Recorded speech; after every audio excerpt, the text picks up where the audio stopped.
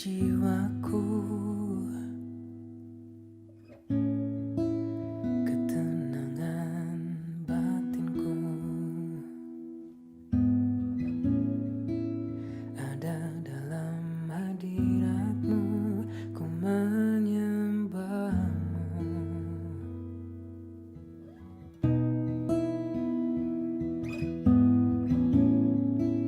Tersungkurku di kakimu, rasakan hadiratmu. Takkan ku melepaskanmu, kau cahaya bagiku, mengiringmu seumur hidupku, masuk dalam rencanamu Bapa. Pikiranku, kehendakku, ku serahkan padamu.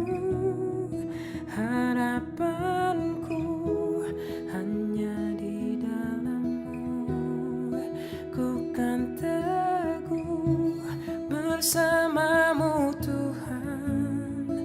Jadikanku bejanamu untuk memuliakan-Mu.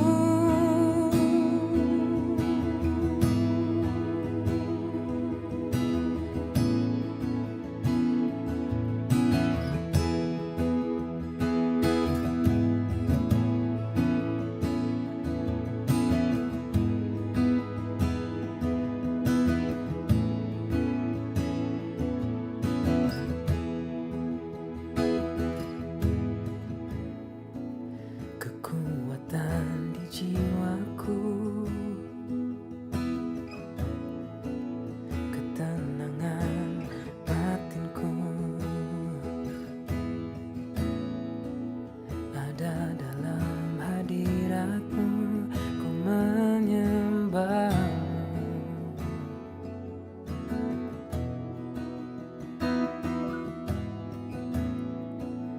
Tersungkurku di kakimu, rasakan hadiratmu. Takkan ku melepaskanmu, kau cahaya bagiku, mengiringmu seumur hidupku, masuk dalam rencanamu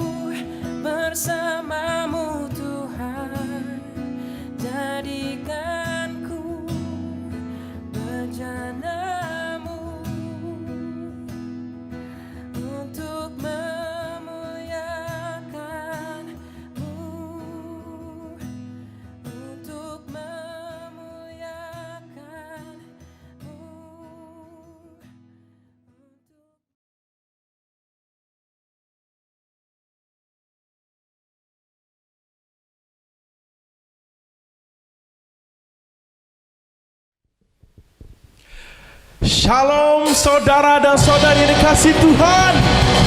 Haleluya, mari kita beri kemuliaan pada Tuhan yang di rumah. Kita bangkit, kita beri sorak-sorai untuk Yesus kita. Kita bersyukur karena pada pagi ini kita dapat meraihkan kebangkitan Yesus kita. Ku berikan segalanya kepadamu ya Tuhan.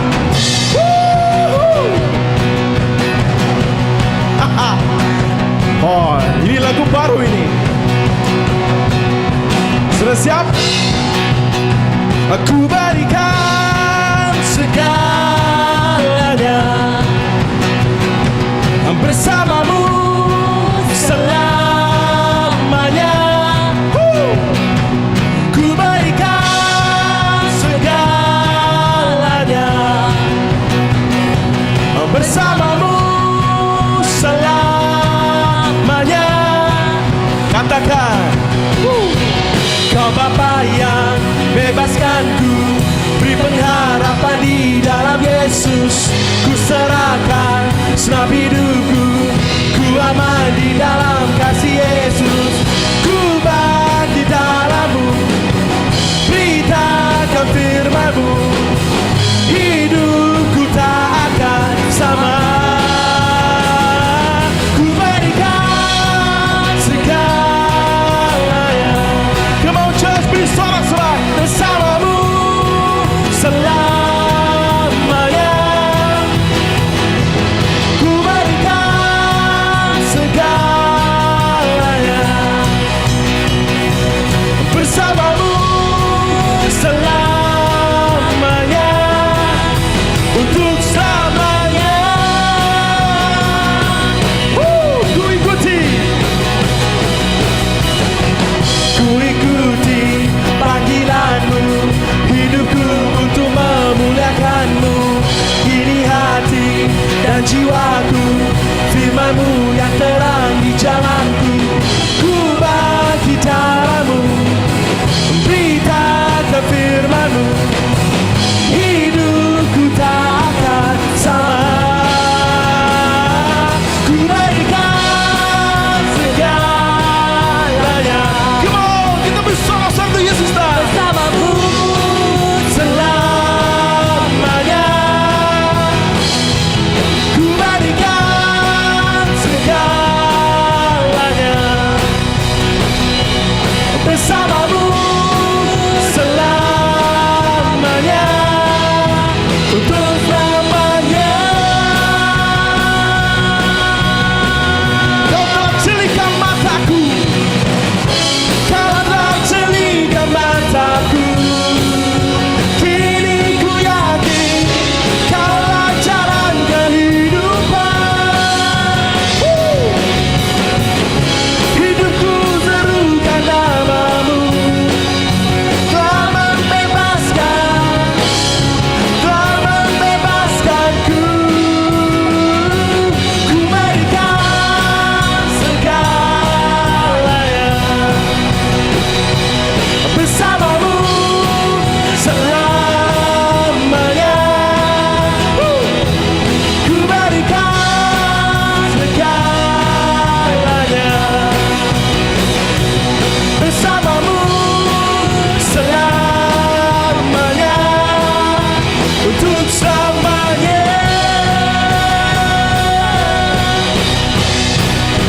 untuk selamanya.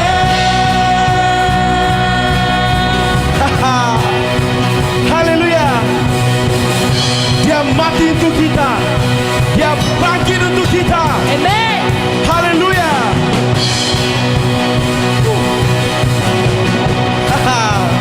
Ayo yang di rumah. Dia mati bagiku, Dia bangkit bagiku. Ya Tuhan Allah penyelamatku, kuasa maut dikalahkan, hidupku dipulihkan. Ya Tuhan Allah. Di rumah sudah siap, katakan, Dia sungguh baik, Dia sungguh baik, Dia sangat baik. Yesus, Dia baik. Dia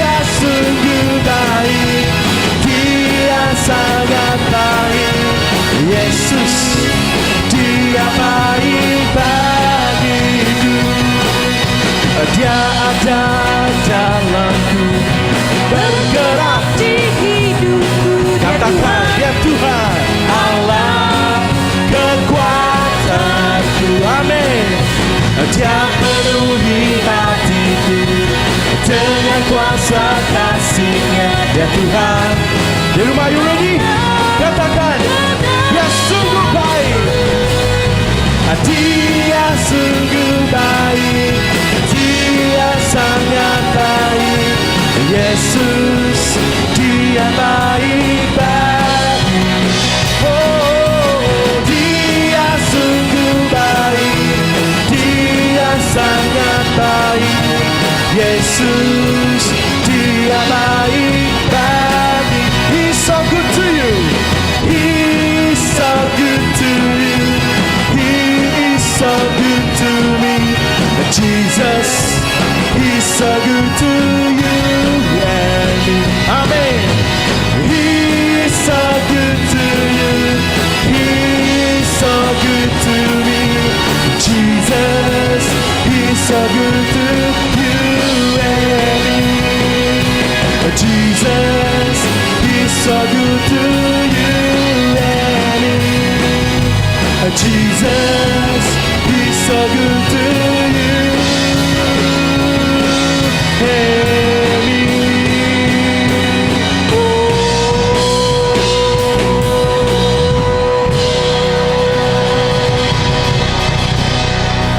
Come on, kita bersorak kepada Yesus kita karena Dia sungguh baik. Kita katakan, He's so good. Dia sungguh baik. Dia sungguh baik. Dia sangat baik. Yesus, Dia baik bagiku. Dia sungguh baik. Dia sangat baik. Yesus, Dia baik bagi. Dengan sungguh mengatakan, He's so good to you. He's so good to me. Jesus, He's so good to you and me. He's so good to you. He's so good to me. Jesus, He's so good to you and me. Jesus, He's so good to you and me.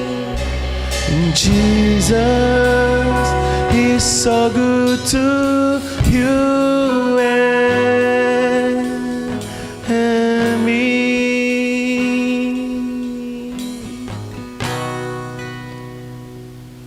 Haleluya Tuhan. Benar Bapa, Engkau sangat baik dan Engkau teramat baik di dalam hidup kami. Terima kasih Tuhan buat karya yang terbesar yang telah Kau berikan di dalam hidup kami, Yesus. Terima kasih Tuhan. Mari jemaat Tuhan, kita lebih dalam lagi di dalam penyembahan kita. Karena kita bersyukur buat pengorbanan yang telah Yesus lakukan, dan Dia telah bangkit bagi saya dan saudara. Haleluya. Haleluya.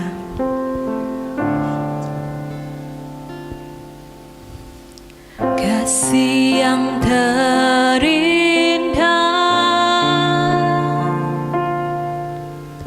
hati yang mulia,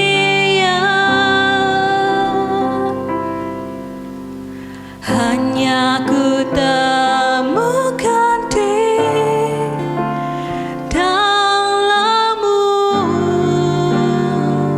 Yesusku. Pujian dan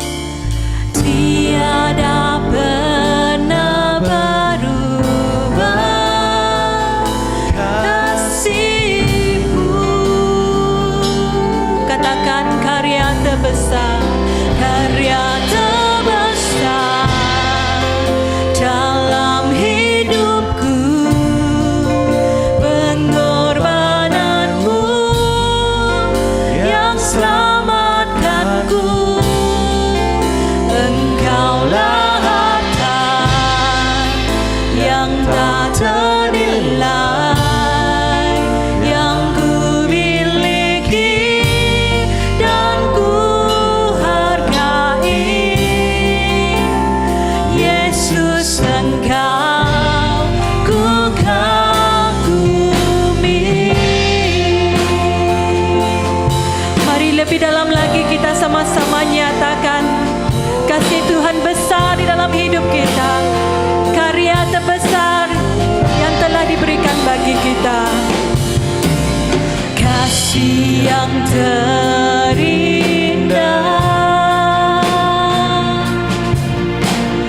hati yang mulia,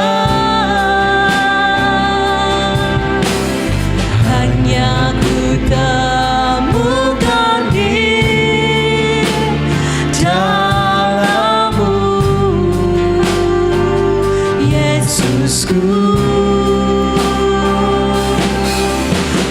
Pujian dari hatiku selalu di setiap waktuku, tiada pernah berubah kasih-Mu.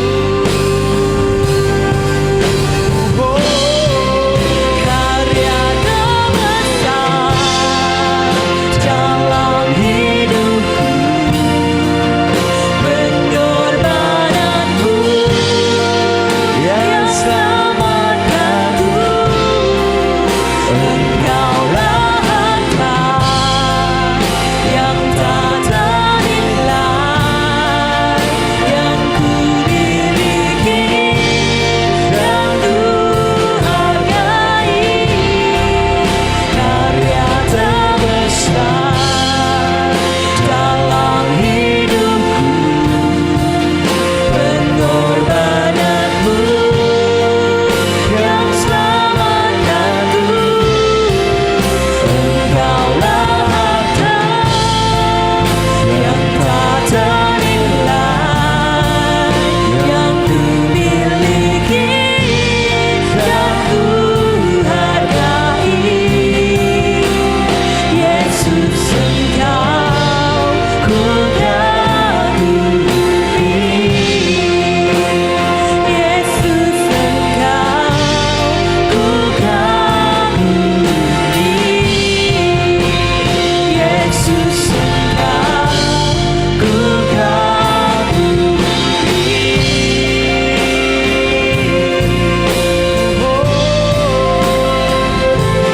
Karya terbesar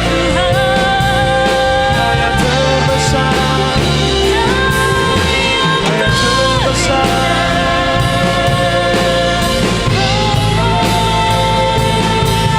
Halai hati senang,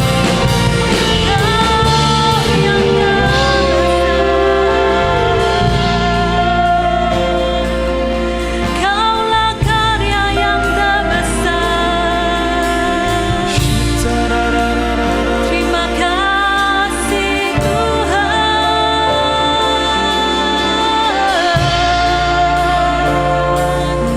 Terima kasih Tuhan. hanya Kau, hanya Kau. Karya terbesar dalam hidupku, pengorbananmu yang selamatkanku. Engkaulah harta yang tak ternilai, yang ku miliki dan ku hargai. Karya terbesar dalam hidupku, pengorbananmu yang selamatkanku. Engkaulah harta yang tak ternilai, yang ku miliki dan ku hargai. Yesus, Engkau ku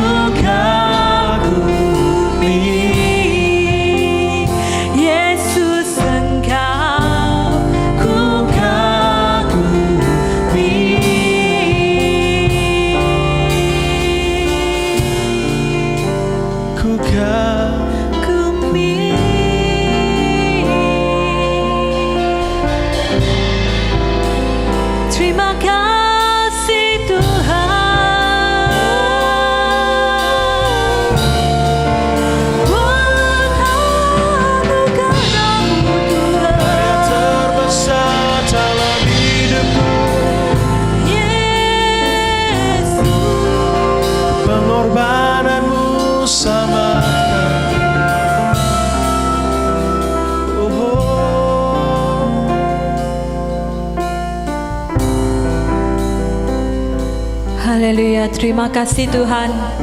Terima kasih Yesus. Terima kasih Roh Kudus. Buat karya yang terbesar Engkau berikan di dalam hidup kami Bapa. Dengan apa akan kami balas segala kebaikan yang telah Engkau berikan pada kami Bapa? Hanya dengan kami menyerahkan hidup kami ke dalam tangan-Mu Tuhan. Biarlah hidup kami memuliakan Engkau Tuhan. Terima kasih Tuhan. Terima kasih Yesus. Terima kasih Roh Kudus. Di dalam nama Tuhan Yesus Kristus, setiap kita yang percaya sama-sama kita nyatakan. Amin. Haleluya.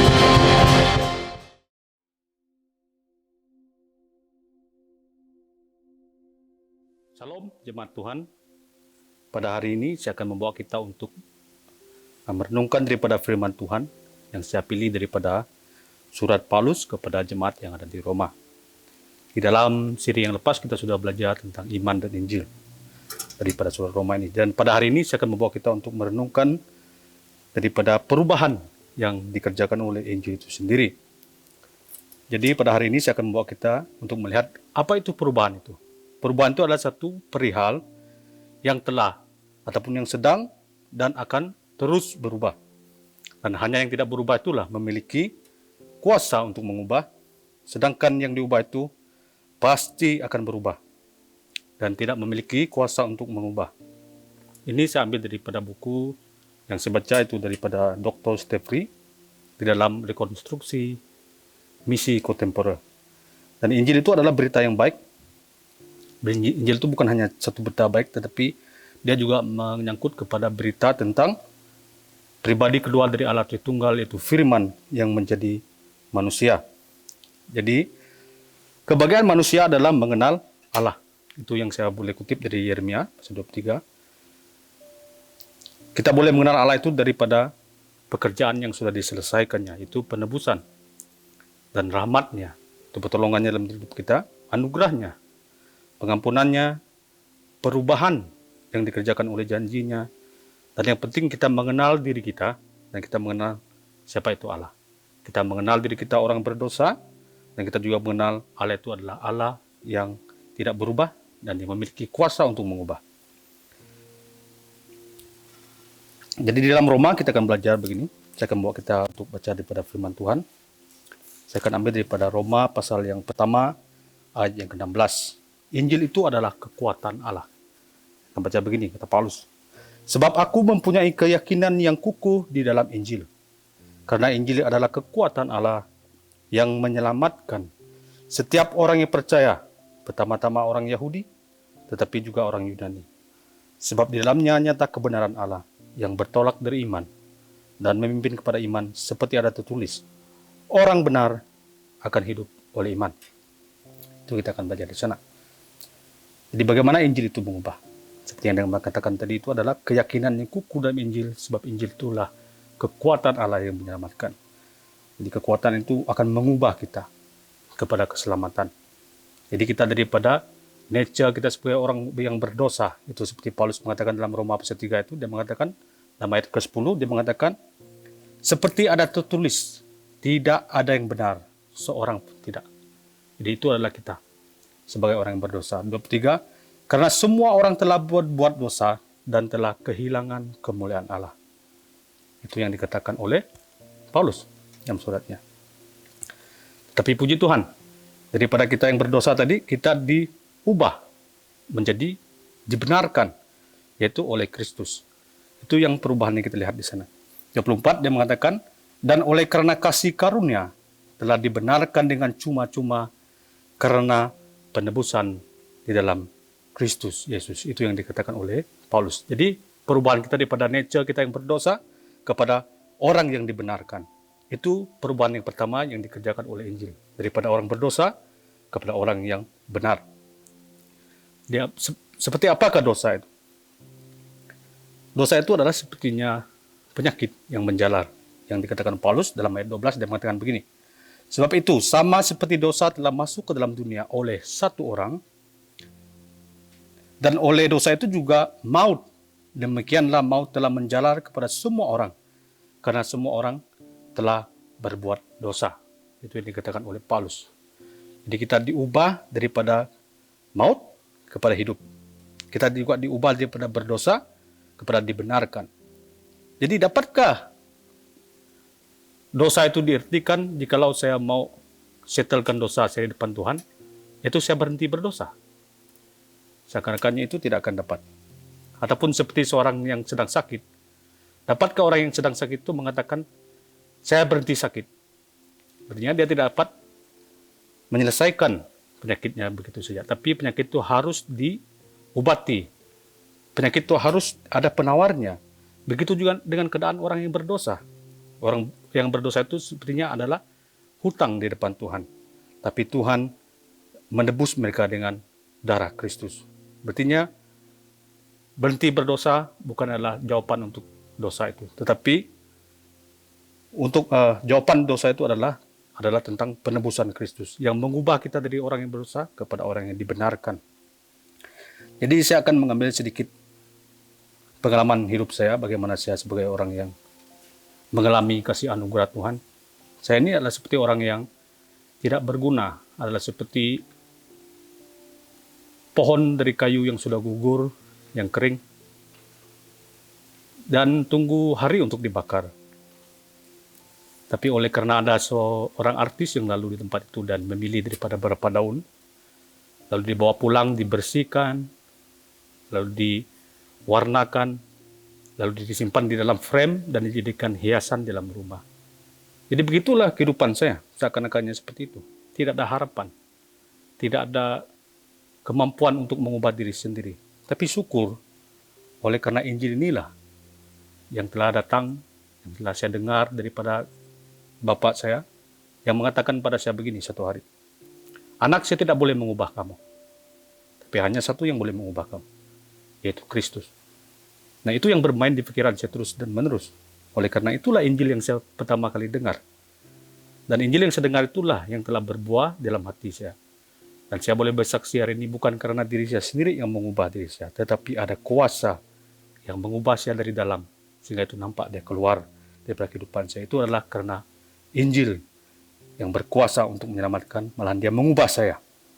Sebab upah dosa ialah maut, tetapi karunia Allah ialah hidup kekal di dalam Yesus Kristus Tuhan kita. Itu kata Paulus dalam ayat yang ke-23. Jadi jikalau saya tinjaukan daripada perjanjian lama, saya boleh lihat dia begini. Injil itu mengubah bagaimana? Sebab Tuhan sendiri juga lah yang telah berjanji untuk mengubah manusia itu. Dia akan menyelamatkan mereka. Itu juga daripada Kejadian pasal 3 kita lihat di situ. Dan di dalam Yeremia juga kita boleh baca, aku akan mencurahkan kepadamu air yang akan mentahirkan kamu dari segala kenajisanmu dan dari segala bahala-bahalamu. Aku akan mentahirkan kamu dan kamu akan kuberikan hati yang baru dan roh yang baru di dalam batinmu. Aku akan menjauhkan dari tubuhmu hati yang keras dan kuberikan kepadamu hati yang taat. Rohku akan kuberikan diam dalam batinmu dan aku akan membuat kamu hidup menurut segala ketetapanku dan tetap berpegang kepada peraturan-peraturanku dan melakukannya. Ini adalah satu janji Tuhan untuk pemulihan Israel yang dikatakan Tuhan melalui Yehezkel, Nabi Yehezkel. Dikatakan di situ. Yehezkel pasal 36 ayat 25 itu mengatakan begitu. Berartinya Tuhanlah yang akan mencurahkan air untuk mentahirkan kita dari segala kenajisan kita dan dari semua bahala-bahala kita. Aku juga akan mentahirkan kamu, dia kata begitu, dan dia juga akan memberi kita hati yang baru dan membuat rohnya tinggal dalam batin kita dan akan menjauhkan dari tubuh kita hati yang keras dan membuat kita pada hati yang taat. Dan roh yang dia berikan diam dalam batin kita itu juga akan membuat kita hidup menurut segala ketetapannya dan berpegang kepada peraturan-peraturannya dan melakukannya. Itu kerja Allah yang mengubah. Sedang kita manusia ini tidak dapat mengubah diri kita. Tetapi roh Tuhan yang dikaruniakannya kepada kita itulah yang akan mengubah kita sehingga kita dapat menurut segala ketetapannya dan berpegang kepada peraturannya. Itu perubahan yang pertama kita lihat di sana itu. Daripada kehidupan yang berdosa, nature kita sebagai orang berdosa itu diubah menjadi orang yang benar dan diubah untuk menjadi orang yang menurut ketetapannya dan berpegang kepada peraturannya dan melakukannya. Itu adalah karena roh yang diberikan Tuhan. Seperti di dalam perjanjian lama kita belajar di sana. Dan perubahan yang kedua adalah tentang pemikiran. Bagaimana pemikiran ini berlaku? Kita boleh belajar daripada Roma pasal ketiga ini juga. Saya akan terus kepada ayat 26. Paulus mengatakan begini adalah pemikiran pembenaran agamawi dengan yang injili. Bagaimana kedua ini berlaku? Kalau kita tahu di dalam Roma ini ada pertentangan yang sedang berlaku di antara orang Yahudi dengan orang Kristen Roma. Jadi permasalahan mereka ini adalah bagaimana orang itu dibenarkan. Ini permasalahan pemikiran yang sedang berlaku sana. Ada pemikiran agamawi, ada pemikiran yang percaya pada Injil. Maksudnya, dia katakan di sini 26, maksudnya ialah untuk menunjukkan keadilannya pada masa ini supaya nyata ia yang benar dan juga membenarkan. Berartinya dia yang benar, dia membenarkan orang yang percaya kepada Kristus. Orang yang percaya pada Kristus itulah orang yang benar sebenarnya. Jika demikian, apakah dasarnya untuk kita bermegah? Tidak ada. Berdasarkan apa? Berdasarkan perbuatan? Tidak, melainkan berdasarkan iman. Karena kami yakin bahwa manusia dibenarkan karena iman, bukan karena melakukan hukum Taurat. Jadi dua inilah pemikiran-pemikiran agamawi yang sedang berlaku di sini. Agamawi yang pertama itu adalah mereka ingin bermegah dengan perbuatan-perbuatan dengan menuruti hukum-hukum Taurat. Itu yang dikerjakan oleh beberapa orang di sini. Tapi Paulus dia mengatakan manusia itu dibenarkan oleh karena iman, bukan karena perbuatan mereka dibenarkan.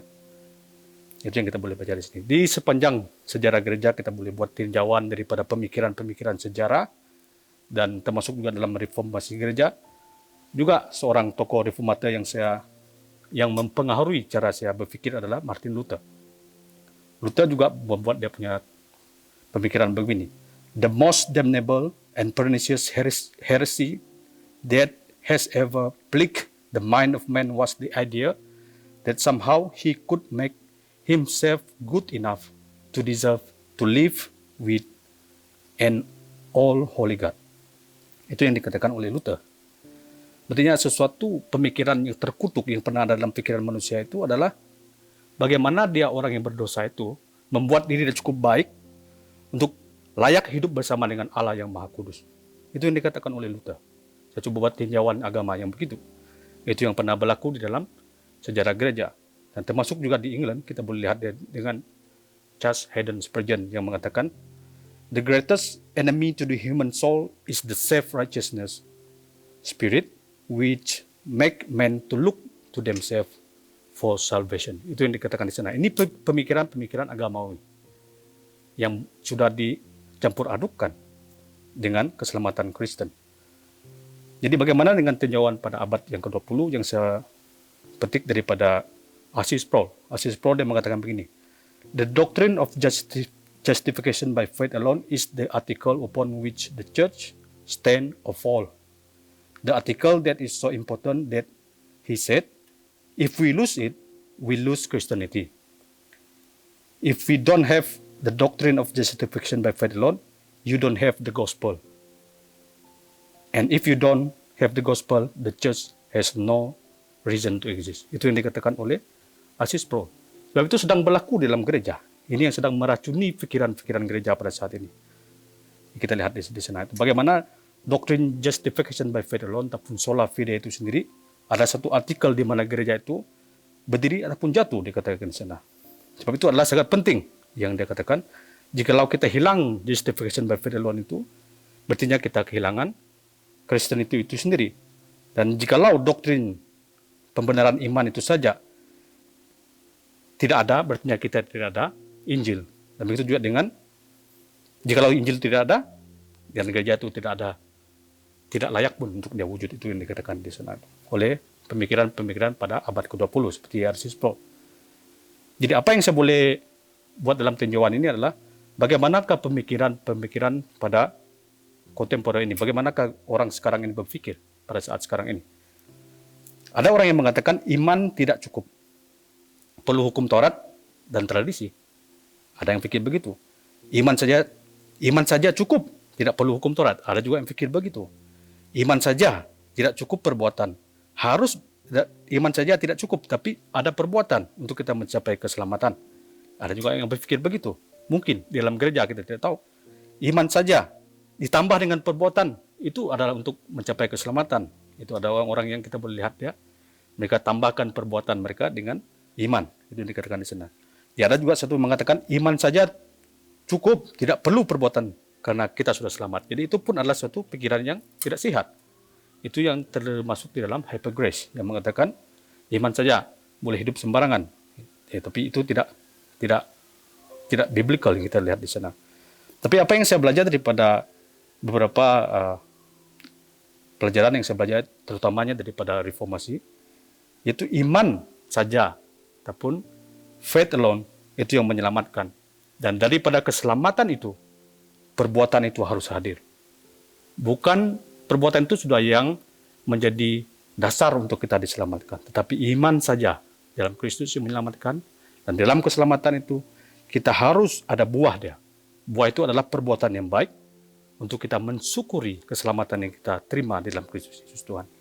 Jadi itu beberapa tinjauan pemikiran, lihat itu, agamawi dengan Injil. Apabila agamawi, mereka memikirkan oleh karena perbuatan mereka menjadi sombong. Tapi apabila Injil ada di sana, mereka mulai merendahkan diri bahwa mereka juga memerlukan juru selamat, bukan usaha mereka. Nah, apabila orang yang sudah mempunyai kasih karunia ini tidak memerlukan hukum Taurat, bagaimanakah mereka mau mengenal dosa? Itu tidak mungkin. Hukum Taurat itulah yang membuat kita mengenal dosa supaya kita memerlukan juru selamat untuk menyelamatkan kita daripada hukum itu sendiri. Itu yang kita lihat di sana. Jadi yang ketiga adalah perubahan di dalam tindakan kita. Jadi saya akan buat kita untuk memahami bagaimanakah sistematika daripada surat Paulus ini adalah di permulaan dia, kita melihat dia adalah daripada pasal yang pertama, yang kedua itu dia menceritakan tentang Injil. Injil itulah kekuatan Allah yang menyelamatkan manusia. Dia menceritakan tentang bagaimanakah manusia itu semuanya berdosa. Dan juga dia ada suatu argumen yang panjang sekali. Dia mengatakan bagaimanakah orang itu dibenarkan. Abraham dibenarkan karena iman, bukan karena perbuatannya. Jikalau karena perbuatannya, berarti ada sesuatu yang dia megahkan di depan Tuhan, dikatakan begitu. Tapi dia juga tidak mengatakan bahwa hukum Taurat itu ditiadakan, tapi hukum Taurat itulah yang membawa kita kepada pengenalan diri kita orang yang berdosa. Dan dalam pengenalan diri itu kita memerlukan juru selamat, yaitu Kristus. Itu dikatakan. Jadi hasil dari pembenaran dalam ayat kelima, dia juga mengatakan bangkit mati dalam Kristus. Dan akhirnya baru dia mengatakan bagaimanakah orang yang diselamatkan itu harus hidup. Dia bagaimanakah perubahan tindakan mereka di dalam ayat yang daripada pasal yang ke-12 sampai yang ke-15 itu. Bagaimanakah perubahan tindakan mereka. Berartinya Injil itu yang diberitakan terlebih dahulu sehingga mereka diselamatkan oleh Injil ini, dan barulah dia memberitakan bagaimana mereka harus hidup di dalam keselamatan yang telah diberikan kepada mereka itu. Yaitu di dalam pasal yang ke-12 sampai ke-15 itu. Kita boleh baca dari sana, jadi saya akan baca di sini. Dan seperti satu pertama kali adalah tindakan. Bagaimanakah tindakan orang yang sudah diselamatkan itu? Ialah mengasihi, patuh kepada pemerintah. Jangan jadi batu sandungan, dikatakan di sana. Jangan saling menghakimi, itu juga dikatakan oleh Paulus. Bagaimana kita baca di sana. Dan saling membantu. Itu yang dikatakan oleh Paulus. Jadi Injil itu merubah kita daripada kesilapan pemikiran kita kepada kerendahan hati. Dia juga mengubah kita daripada kita punya nature dosa kita tadi itu kepada orang yang dibenarkan. Dan dia juga mengubah kita daripada tindakan-tindakan yang tidak seharusnya kepada tindakan-tindakan yang seharusnya, yaitu yang berkaitan dengan kehendak Allah, yaitu perubahan-perubahan tindakan. Jadi apa yang saya mau kita belajar di sini adalah bagaimana kehidupan saya pribadi juga, bagaimana saya di sini adalah di dalam pengenalan akan Injil inilah saya mempunyai satu harapan yang sangat pasti. Sebab kalau daripada pengalaman saya sendiri masuk ke sekolah teologi, saya tidak pergi dengan keyakinan seperti orang lain ataupun sukacita. Tapi saya hanya pergi dengan tangisan. Oleh karena saya ada banyak yang saya gumuli. Itu masuk dosa saya. Walaupun saya sudah berhenti daripada benda-benda yang lalu, seperti mabuk, terlibat dengan dadah, yang tidak sepatutnya yang saya buat. Tapi ada sesuatu di dalam hati saya, bagaimanakah dengan dosa saya? Bagaimanakah dapat diselesaikan? Jadi surat Roma inilah yang telah memberi saya satu kepastian bagaimana dosa itu diselesaikan. Saya berhenti berdosa itu bukan menyelesaikan dosa saya, tetapi hanya satu saja yang mempunyai kepastian yang pasti, itu yang membezakan saya daripada Segala sesuatu yang mungkin ada adalah mengenal Tuhan. Mengenal karya Tuhan, bagaimana karyanya berlaku dalam hidup saya. Itu kekuatan Injil itu yang mengubahkan saya, bukan saya yang mengubahkan diri. Oleh karena Injil inilah yang mempunyai kuasa, yang mengubah saya. Yang mengubah saya daripada kehidupan saya yang berdosa kepada kehidupan yang dibenarkan. Daripada kesilapan pemikiran saya sendiri kepada pemikiran yang benar, yaitu tentang Injil Kristus. Daripada tindakan saya yang tidak seharusnya kepada tindakan yang benar dalam Tuhan. Sehingga saya pada hari ini dapat mengasihi, sehingga saya menyerahkan keseluruhannya waktu saya untuk berfikir, untuk mengajar bagaimanakah Injil itu harus diberitakan dengan cara yang baik. Itu juga saya mau kita perhatikan di sini, bagaimanakah perubahan itu. Adakah itu berlaku dalam hidup kita? Adakah setakat kita hanya menjadi orang yang agamawi? Ataupun adakah kita yang telah mengalami Injil itu sendiri? Sebab itu sangat berbahaya di sini. Sebab itu Paulus menuliskan surat ini panjang lebar. Dia menegur orang-orang yang agamawi di sini. Kebejatan tidak banyak, tapi orang yang agamawi ditegur dengan panjang lebar. Paulus tulis di sini. Jadi itu yang kita boleh perhatikan dalam kehidupan kita. Perhatikan bagaimana perubahan kita, perubahan tindakan kita. Di dalam ayat 25 itu Paulus mengatakan bagaimana di akhirnya. Kita boleh lihat di akhirnya, Paulus mengatakan begini. Tetapi sekarang aku sedang dalam perjalanan ke Yerusalem untuk menghantar bantuan kepada orang-orang kudus. Sebab Makedonia dan Akaya telah mengambil keputusan untuk menyumbang sesuatu kepada orang miskin di antara orang-orang kudus di Yerusalem. Ini yang sedang berlaku di Yerusalem. Bahwa ada penganiayaan yang sedang berlaku di sana.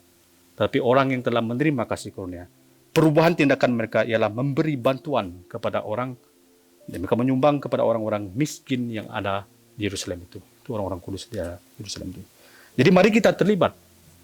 Mari kita terlibat. Oleh karena kita sudah diselamatkan, kita diubah daripada keadaan kita berdosa, dibenarkan, tidak pemikiran yang salah ke pemikiran yang betul. Mari kita juga berubah daripada tindakan kita. Dimanapun kita berada. Mari kita memberi sumbangan kepada siapapun. Kita mungkin terutamanya kepada sekolah-sekolah yang menjadi jantung gereja kita, yaitu sekolah-sekolah teologi yang mungkin sekarang ini memerlukan bantuan. Jadi kita perlu terlibat. Mari kita terlibat untuk menyumbang. Maupun dari apapun kita boleh menyumbang, tapi yang penting kita terlibat dalam pekerjaan Tuhan. Itu tindakan kita yang telah menerima Injil yang mengubah kita itu. Dan mungkin kita juga boleh menyumbang daripada segi buku bacaan yang harus baik, yang harus ada di dalam sekolah kita. Haleluya. Jadi mari kita terlibat di dalam pekerjaan Tuhan, oleh karena Dia yang telah merubah kita. Haleluya. Jadi mari kita berdoa. Saya akan memimpin dalam doa. Pujian syukur kami naikkan kepada Engkau ya Tuhan. Oleh karena Engkau lah Allah yang tidak berubah. Allah yang mempunyai kekuatan, mempunyai kuasa untuk mengubah kami, manusia ciptaan-Mu ya Tuhan Yesus Kristus. Terima kasih ya Tuhan oleh karena penebusan-Mu. Terima kasih ya Tuhan oleh karena penebusan yang cuma-cuma yang kami ada di dalam Engkau Kristus Tuhan kami. Terima kasih ya Tuhan untuk mengubah pemikiran kami yang coba membenarkan diri ini Tuhan dan takluk kepada hanya Injil-Mu ya Yesus Kristus. Dan menjadikan kami menuruti segala perintah-Mu, menuruti segala ketetapan-Mu dan peraturan-peraturan-Mu ya Tuhan Yesus Kristus. Malahan Engkaulah juga yang telah menggerakkan kami, memampukan kami dengan rahmat-Mu untuk melakukan segala firman-Mu ya Tuhan.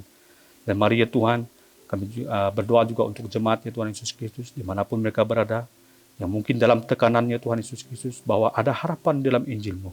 Sebab Injil-Mu itulah yang mempunyai kekuatan yang akan mengubah kami, yang akan menyelamatkan kami ya Tuhan Yesus Kristus. Dan kami juga berdoa Tuhan kepada orang-orang yang sedang berada dalam tekanan di saat ini Tuhan Yesus Kristus, di seluruh dunia, dimanapun yang sedang berada pada saat ini Tuhan Yesus Kristus. Kiranya Roh Kudus-Mu juga Tuhan akan memberi mereka damai sejahtera, dan gerakkan jugalah hamba-hamba-Mu dimanapun mereka berada Tuhan, agar mereka juga tergerak Tuhan, agar mereka memberitakan Injil-Mu, bahwa dalam Injil-Mu ada pengharapan yang pasti ya Tuhan Yesus Kristus, agar orang-orang yang sudah kehilangan harapan ini Tuhan akan dapat mendengar Injil-Mu Tuhan Yesus Kristus, agar mereka dibangkitkan juga Tuhan untuk mendapat kepastian yang pasti bahwa dalam Injil-Mu ada keselamatan yang sempurna yang dikerjakan Tuhan, melalui Roh Kudus-Mu dalam kehidupan mereka, ya Tuhan Yesus Kristus. Dan kami juga berdoa Tuhan kepada penginjilan pada saat ini Tuhan Yesus Kristus, kepada hamba-hamba-Mu yang sedang berada Tuhan, janganlah kiranya mereka luntur semangat mereka.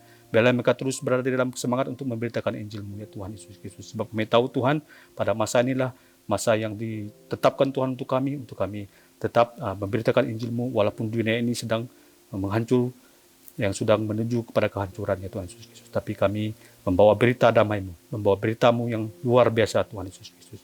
Inilah doa kami dalam nama Tuhan Yesus Kristus kami berdoa. Amin. Amin.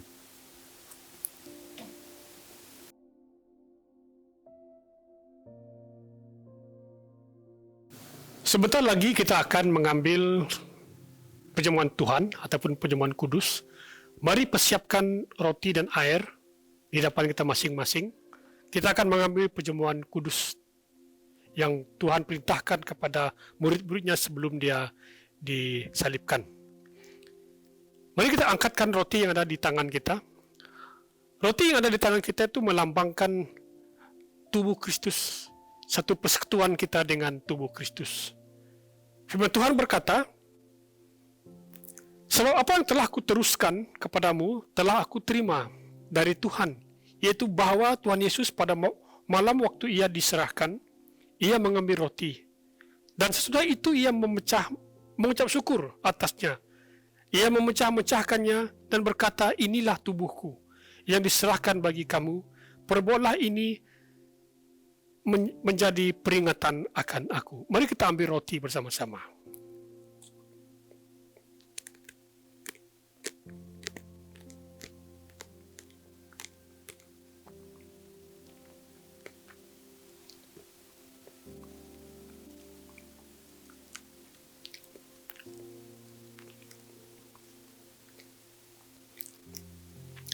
Kemudian kita akan mengambil air. Air dalam cawan kita melambangkan persekutuan kita dengan darah Kristus.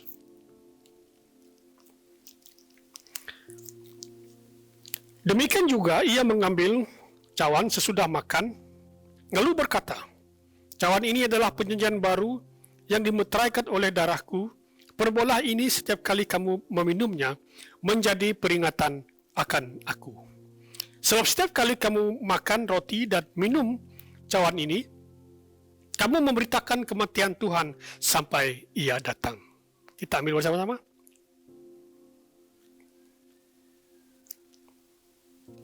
Mari kita mengucap syukur kepada Tuhan atas tubuh dan darah Yesus yang diberikannya kepada kita.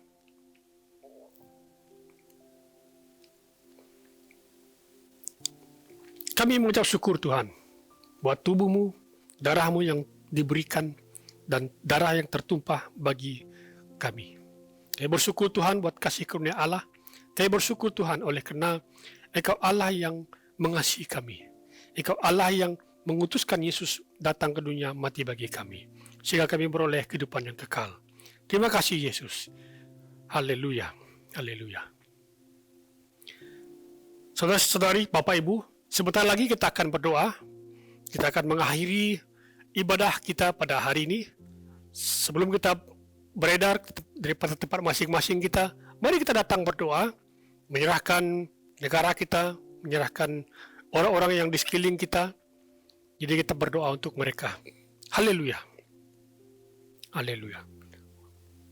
Bapa Surgawi, kami mengucap syukur Tuhan, buat hari ini kami dapat berkumpul bersama-sama, memuji Tuhan, menyembah Tuhan, dan melihat pekerjaan Tuhan di kayu salib 2000 tahun yang lalu, di mana Yesus Kristus datang ke dunia ini mati bagi kami, dan memberikan kami kehidupan yang baru di dalam Yesus. Terima kasih Bapa.